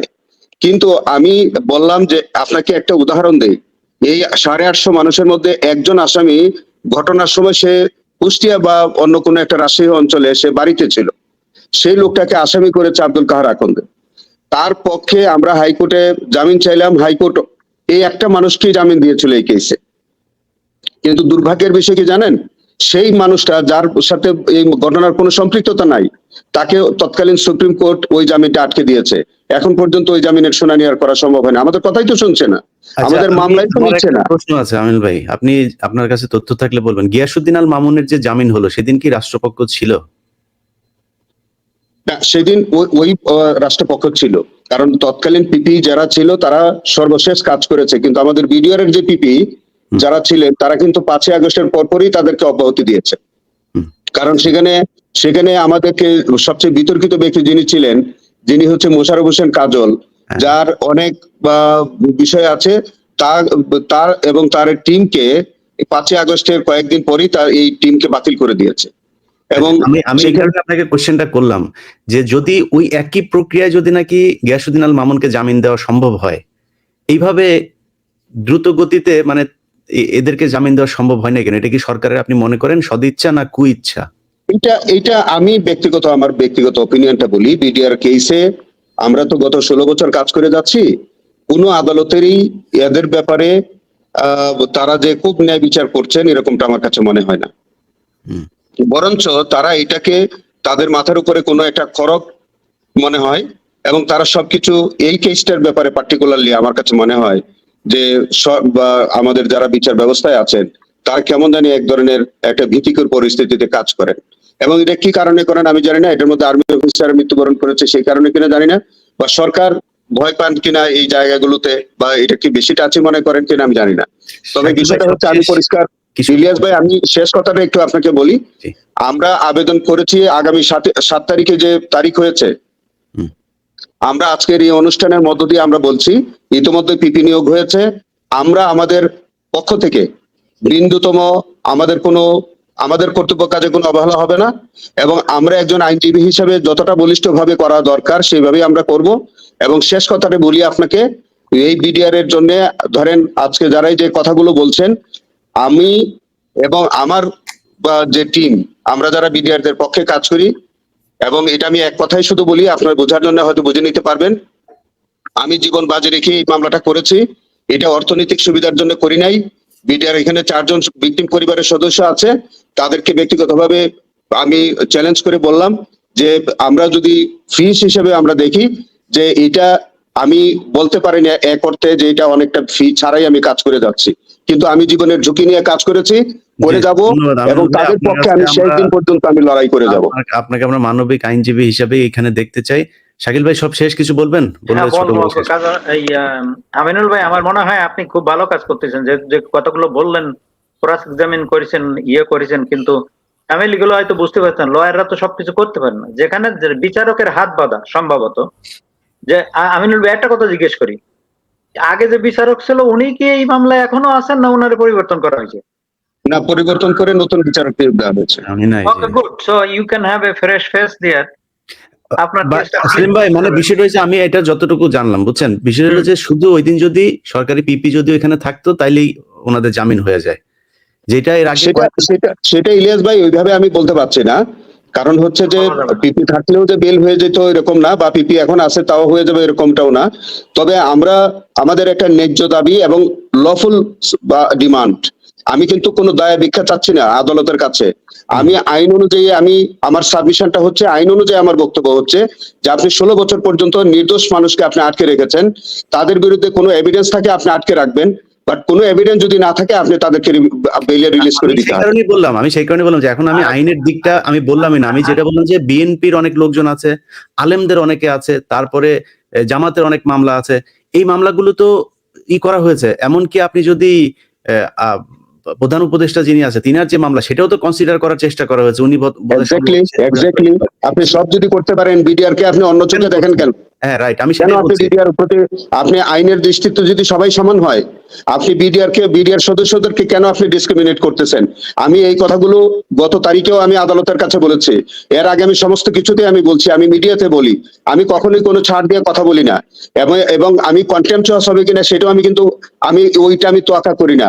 আমি সবসময় বলি যে আইন অনুযায়ী আমি আপনার কাছে বিচার চাই, আইনের বাইরে আমি আপনার কাছে কোনো কিছুই চাই না, বাট আইন অনুযায়ী আপনি আর একটা নাগরিককে যেভাবে আপনি বিচার ডিসপেন্স করবেন, ঠিক আমার বিডিআর এর পক্ষে আপনি একই দৃষ্টিকোণ থেকে আপনাকে বিচার করতে হবে। শাকিল ভাই, এর বাইরে জি শাকিল ভাই, শেষ করি আমরা, আমরা মনে হয় শেষের দিকে চলে ইলিয়াস ভাই, আসছি। আমি আমিনুল ভাইয়ের একটা কথা জিজ্ঞেস করি। জি জি। আপনাদের যে এই যে ডেথের বিরুদ্ধে সুপ্রিম কোর্টে অ্যাপিলেট ডিভিশনের যে আছে, এটার কি হিয়ারিং এর জন্য কোনো ডেট পড়েছে? অলরেডি আমাদের অ্যাপিলেট ডিভিশনে যে ব্যাটারগুলো আছে, এটা তৎকালীন আপনার কি বলে জানি, এটা আপনাকে একটু বলি ব্যাখ্যা করে। যখন 25 এবং 26 তারিখ আসে, তখন মিডিয়া আমাদের কাছ থেকে খোঁজ খবর নেয়। সেইটাকে চেক দেওয়ার জন্য তারা করেছিল, তৎকালীন অ্যাটর্নি জেনারেল এই মামলাগুলো ফিক্স করেছিল শুনানির জন্য, কিন্তু এটা ফিক্স করা পর্যন্তই, এরপরে আর শুনানি হচ্ছে না। এবং এটা শুনানি হতে গেলে আপনার টানা আপনার হতে 1 বছর শুনানি হবে, এবং সেটার কারণে আপনার একটা আলাদা বেঞ্চ গঠন করে দিতে হবে। আমাদের সুপ্রিম কোর্টে একটা বেঞ্চ, এই রিসেন্টলি 1 সপ্তাহ হলো 2টা বেঞ্চ হয়েছে। একটা বেঞ্চের পক্ষে হয়তো এইভাবে শুনানি সম্ভব না, কারণ হাইকোর্ট ডিভিশনেও 3 বছর টানা এই মামলার শুনানি হয়েছিল একটা বেঞ্চে। ঠিক একইভাবে যদি এখন সুপ্রিম কোর্টে শুনানি করতে হয়, তাহলে একটা বেঞ্চকে, কারণ ওখানে 3 জন বিচারপতি ছিলেন, এখানে অন্তত পক্ষে 4 জন বিচারপতি লাগবে, এবং সেরকম বেঞ্চ গঠন করার জন্য আছে আমাদের কাছে 5 জন বিচারপতি বা 6 জন বিচারপতি। এখন যদি 4 জন বিচারপতি দিয়ে বিডিআর এর বেঞ্চ গঠন হয় আলাদা করে, তাহলে সারা বাংলাদেশের বিচার ব্যবস্থা হয়তো বন্ধ হয়ে যাবে, অচল হয়ে যাবে। এই জন্য আমরা ইতিমধ্যে বহুবার আমরা মিডিয়ার মাধ্যমে সরকারের কাছে আবেদন জানিয়েছি যে আপনারা বিচারের সংখ্যা বাড়ান এবং বিডিআর এর মামলাগুলো দ্রুত নিষ্পত্তি করেন সুপ্রিম কোর্টে। একইভাবে আমি একাধিকবার, এটা শাকিল আছাও জানে, যে আমরা একাধিকবার আমি অ্যাপ্লিকেশন দিয়ে আমি কোর্টের কাছে বলেছি যে আপনি প্রতিদিন ডেট দেন, বা অন্তত 3 দিন পরে পরে ডেট দেন, আমাদের এই মামলা আপনি একটা নির্দিষ্ট সময়সীমার মধ্যে আপনি শেষ করেন। আপনি একদিকে জামিন দিচ্ছেন না, একদিকে আমার মামলা বিচার শেষ করছেন না। এই আবেদনগুলো আমি অন রেকর্ড আমি আবেদন করি, এবং আদালতের কাছে আমি সেই কথাগুলো বলে আমি প্রত্যেক তারিখে কিন্তু একই ফাইট করে আমি তাদের পক্ষে চলেছি। কিন্তু বিষয়টা হচ্ছে কি, যে আপনি তো আদালতের কাছে বিচার চাইবেন, আপনি আদালত যদি পক্ষপাতিত্ব করে, আদালত যদি উনি যদি সেই বিষয়গুলা বা কোনো ভীতিকর পরিস্থিতি কাজ করে তার উপরে, তাহলে আপনি আর বিচারটা চাইবেন কার কাছে? এখন আমি তো আইনজীবী হিসাবে আমি বলতে পারবো, জি, আপনি আইনজীবী হিসাবে আবেদন করতে পারবেন, কিন্তু শুনবার দায়িত্ব তো আপনার বিচারকের। শাকিল ভাই, আর একটা আপনি কথা, ছোট আর একটা কথা আমি ভাই, আচ্ছা এই যে হাইকোর্ট ডিভিশনে আপনারা যখন আপিল করেছিলেন, সেখানে কি আপনারা রিট্রায়াল বা রিইনভেস্টিগেশনের জন্য কি আবেদন করেছিলেন হাইকোর্ট ডিভিশন? না, আমি সেলিম ভাই, আমি একটা আইনের কথা বলি, ফার্দার ইনভেস্টিগেশন বলেন, বা রিইনভেস্টিগেশন বলেন, এটা আদালতের পক্ষ থেকে চাওয়া যায় না। জি জি, পেছনের আলাপটা এগুলো চাইতে হয় বাদীর পক্ষ থেকে বা ব্যক্তির পরিবার থেকে। এর পেছনে শেখ হাসিনা যদি টিকে থাকতো এখন পর্যন্ত আমরা আসলে আজকে এই অনুষ্ঠানটাও করতাম না, এবং যেটা এক্স্যাক্টলি তাই। তবে হোপফুল দি বেস্ট, আমরা আশা করি এখন একটা নতুন পরিবেশ আছে, ইনশাআল্লাহ আমরা হয়তো আমরা সফল হতে পারবো। আমরা লুক ফরওয়ার্ড আপনার 5 তারিখ 5 আগস্টের পরে। শাকিল ভাই, সবশেষ কিছু যদি বলেন।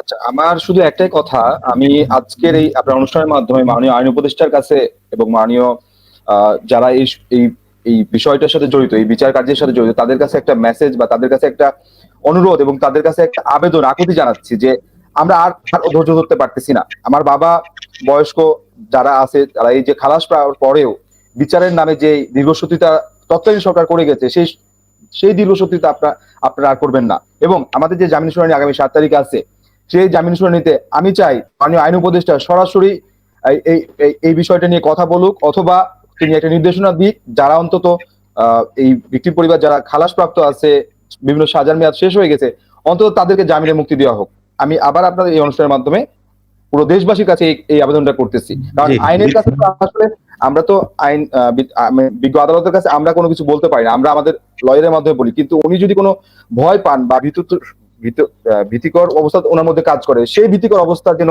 সরকার তাকে দূর করে। কারণ এই সরকার ছাত্র জনতার বিপ্লবের সরকার, এই সরকার একটা বিপ্লবী সরকার, এই সরকারের কোনো ভয় থাকার কথা না। তাই আমি চাই সরকারকে বারবার করে রিকোয়েস্ট করতেছি, আপনারা আমাদেরকে আর রাস্তায় ঠেলে দিয়েন না। আজকে আমাদের বাবাদের মৃত্যুর সাথে সাথে আমাদের মৃত্যু আপনাদের দেখতে হবে, এই দায়ভার আমরা প্রত্যেকটা পরিবার আপনাদের উপর চাপিয়ে দিব। আমরা আবার বলতেছি। জি, বিথি।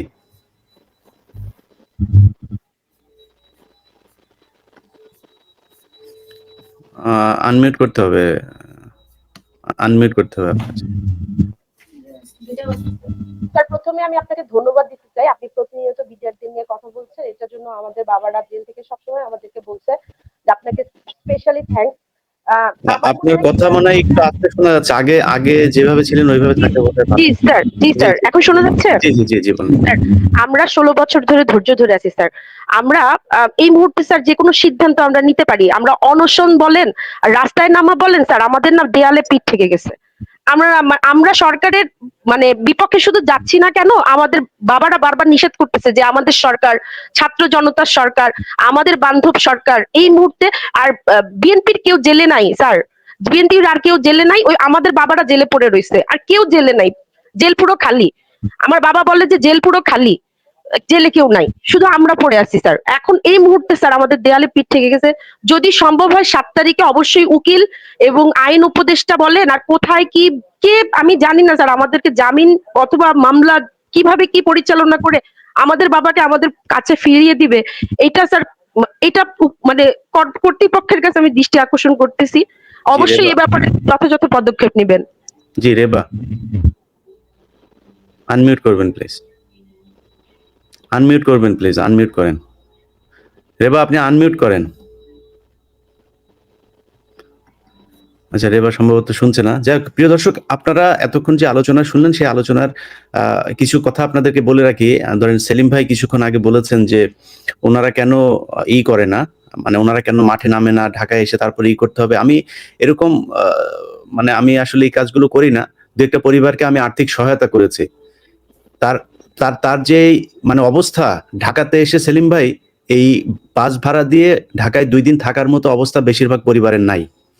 এরা যে এটা নিয়ে করবে, ওদের বাবা এখন জেলখানায় আছে, বাবা তো মরছেই, নিজের পেট তো চালাইতে হবে, নিজের মা নিজের পরিবার এগুলোকে নিয়ে বাবার যে ওষুধের দরকার হয় সেই ওষুধটাও ঠিক মতো সেই টাকাটাও দিতে পারেন। আর জেলখানার ভেতরে তো আপনি 100 টাকা দিলে 50 টাকা তার কাছে গিয়ে পৌঁছায় না, এইসব সমস্যাগুলো তো আছেই। তো যাই হোক, এরা খুব খারাপ অবস্থার ভেতরে আছে, যেই কারণেই আমি আজকে অনুষ্ঠানটা করা, আমি খুব অবাক হয়েছি। সব শেষ যেই শুনানিটা ছিল সেইখানে গণমাধ্যমের আচরণ দেখে, বাংলাদেশের গণমাধ্যম যদি মানে ইচ্ছা হয় খুব খারাপ ভাষায় কথাগুলো বলতে ইচ্ছা করছে, সম্মানিত মানুষগুলো আছে যে কারণে বলছি না, বাড়ির যদি নারীদেরকে দৌলতদিয়া ঘাটে দিয়ে এসে তারপরে উপার্জন করেন তাও ভালো, এইভাবে বাংলাদেশের মানুষের সাথে জালিয়াতি করেন না। আমি আমার বাংলা এডিশন ছাড়া সেখানে কেউ সেদিন ওইতে যায়নি। পরে ওই দিন সম্ভবত ব্যারিস্টার সুমনের ছিল, হাজিরা ছিল, তাকে সেদিন গ্রেপ্তার করা হয়েছিল।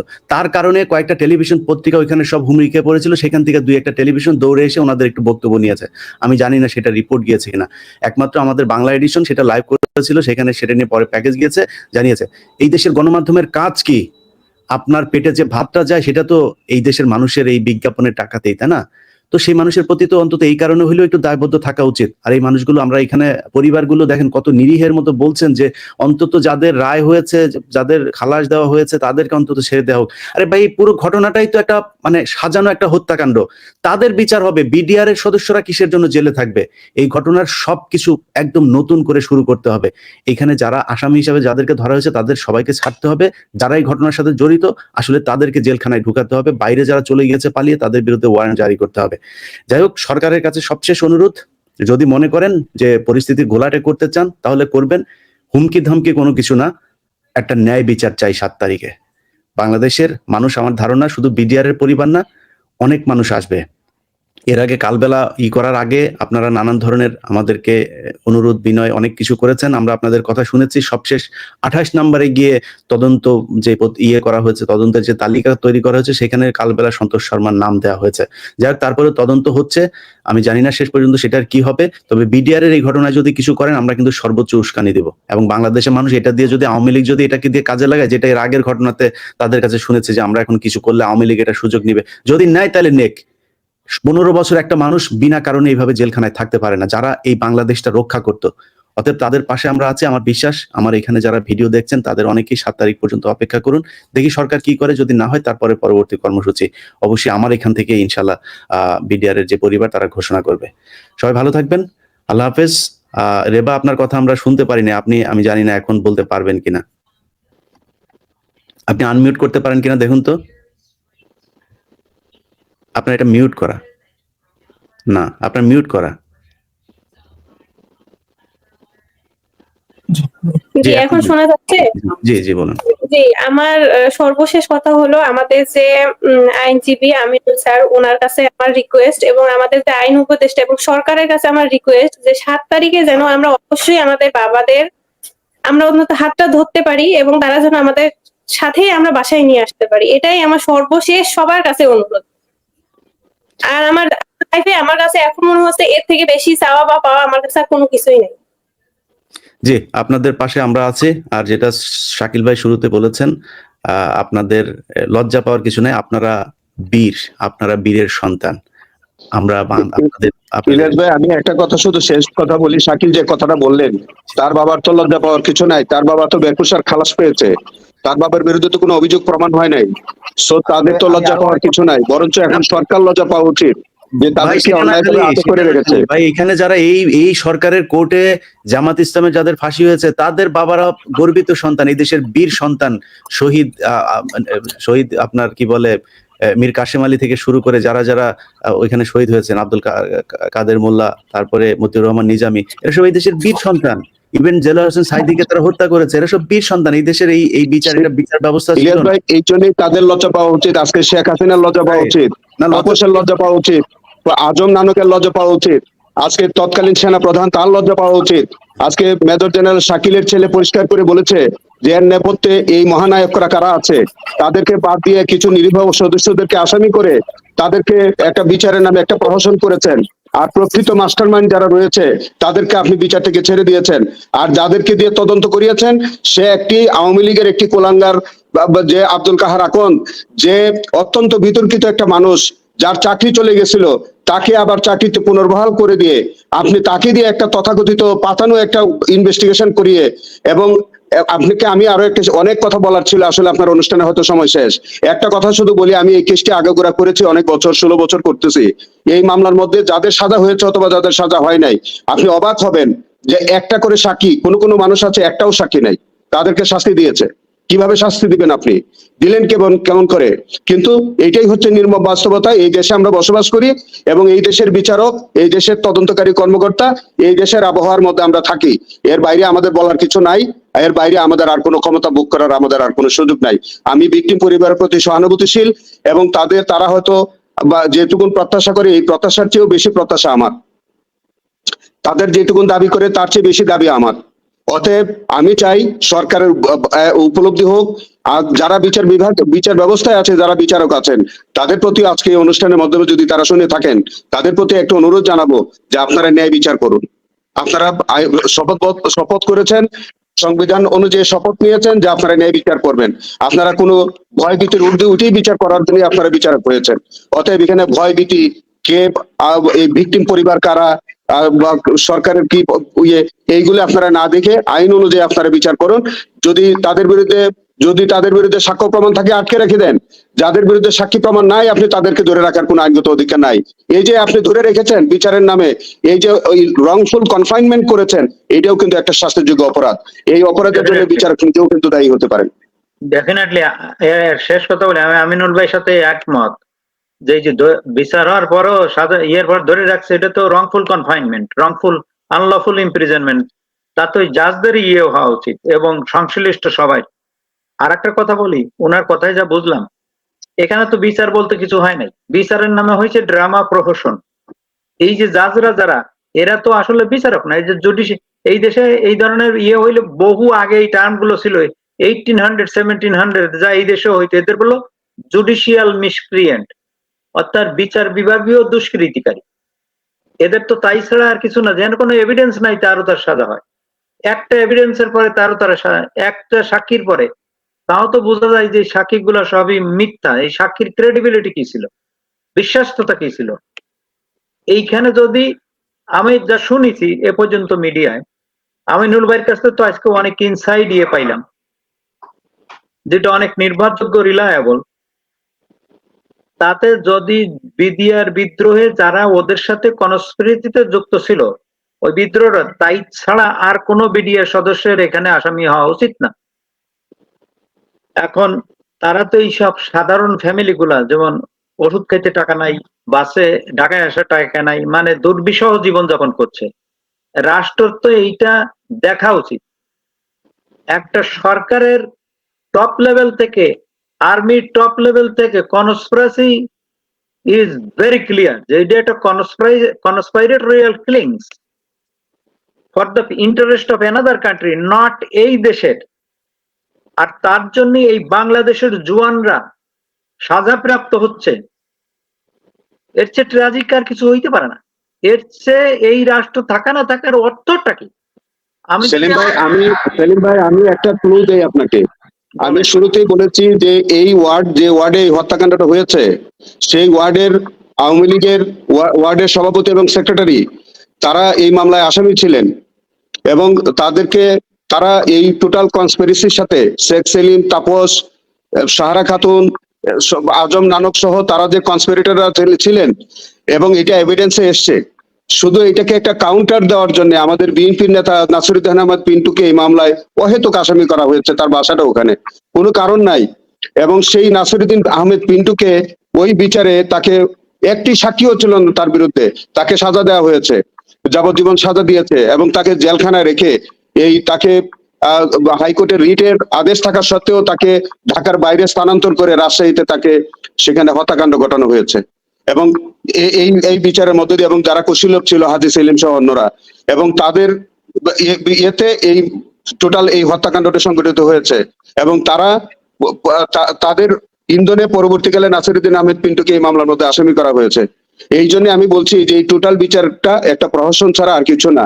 কারণ আমি এই মামলার তদন্ত থেকে শুরু করে বিচারের শেষ পর্যন্ত আমি ভাই আছি। আমার কাছে এভিডেন্স আছে, রেকর্ড আছে। আমি সারা জীবনের জন্য রেখে দিয়েছি। আপনারা অনলাইনে জাজমেন্টে গেলে এর সকল তথ্য আপনারা পাবেন। আমার জেরাগুলি, আমি শেখ ফজলুর তাপসকে আমি জেরা করেছি, আমি কামরুল ইসলামকে জেরা করেছি, সাহারা খাতুনকে জেরা করেছি। আমার জেরাটা আপনারা পড়ে দেখেন। আমি পরিষ্কার করে বলেছি, আমি একটুও কিন্তু আমি ভীত সন্ত্রস্ত হয়ে আমি জেরা করি নাই, এটা ওরা জানে। এবং আমি আর্মি অফিসারদেরকে, ইভেন দেন তারেক আহমেদ সিদ্দিকী, এই যে যারা কুশীলব শেখ হাসিনা তারা সাক্ষী দিয়েছে, আমি তাদেরকে যারা করেছি। আমি তৎকালীন শেখ হাসিনার পাওয়ারে থাকা অবস্থায় আমি বলেছি যে শেখ হাসিনা এবং তার সরকারের এই লোকগুলো তারা সম্পূর্ণ ষড়যন্ত্র করে গত 15 বছর কোর্টের অবস্থা ছিল যে এই বিষয়গুলো আমরা জানি। যাই হোক, আমরা সেটা আগেই বলেছি যে we are looking forward. So আমরা এখন আর পেছনের এই বিষয়গুলোতে না যে আমরা দেখি 7 তারিখের জন্য অপেক্ষা করি। সবাই ভালো থাকবেন। বিডিআর এই কথিত বিদ্রোহের সাথে যেই সব পরিবারকে ফাঁসানো হয়েছে, আপনাদের সবার সাথে আমরা আছি, বাংলাদেশের মানুষ সবাই আছে। ভালো থাকবেন। আল্লাহ হাফেজ। আসসালামু আলাইকুম প্রিয় দর্শক, আশা করি পুরো ভিডিওটি দেখেছেন এবং বুঝতে পেরেছেন। প্রিয় দর্শক, কথা বললেন সাংবাদিক ইলিয়াস হোসাইন, খুবই গুরুত্বপূর্ণ আলোচনা করলেন। লাইভ টক শোটি ব্যাপক পরিমাণে আলোচিত সমালোচিত হয়েছে ইতিমধ্যে, আপনারা দেখেছেন। ইলিয়াস হোসাইন বর্তমান বিটিআর বিদ্রোহ, তথাকথিত বিটিআর বিদ্রোহ নিয়ে কাজ করছেন, অনুসন্ধান করছেন, এবং সেই অনুসন্ধানে তিনি একটি রিপোর্ট বারবার পাচ্ছেন বা বারবার আমাদের জানাচ্ছেন তার ভেরিফাই ফেসবুক, ইউটিউব চ্যানেল এবং ফেসবুক পেজে জানাচ্ছেন যে গত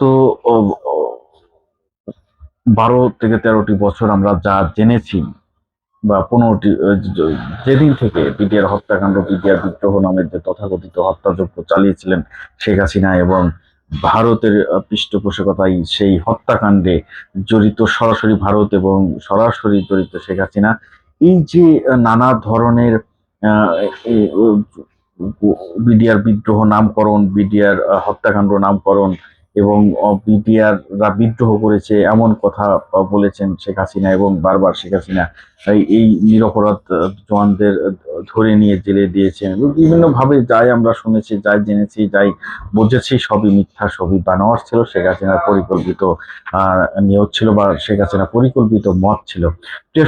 সাংবাদিক ইলিয়াস হোসাইন এই বিষয়টি নিয়ে তদন্ত করার পর তিনি সত্য কথা বলছে। তিনি যে রিপোর্ট এনেছেন তা হচ্ছে বিডিআর বিদ্রোহ নিয়ে যাই হয়েছে সবই মিথ্যা এবং ভুল বোঝানো হয়েছে আমাদের।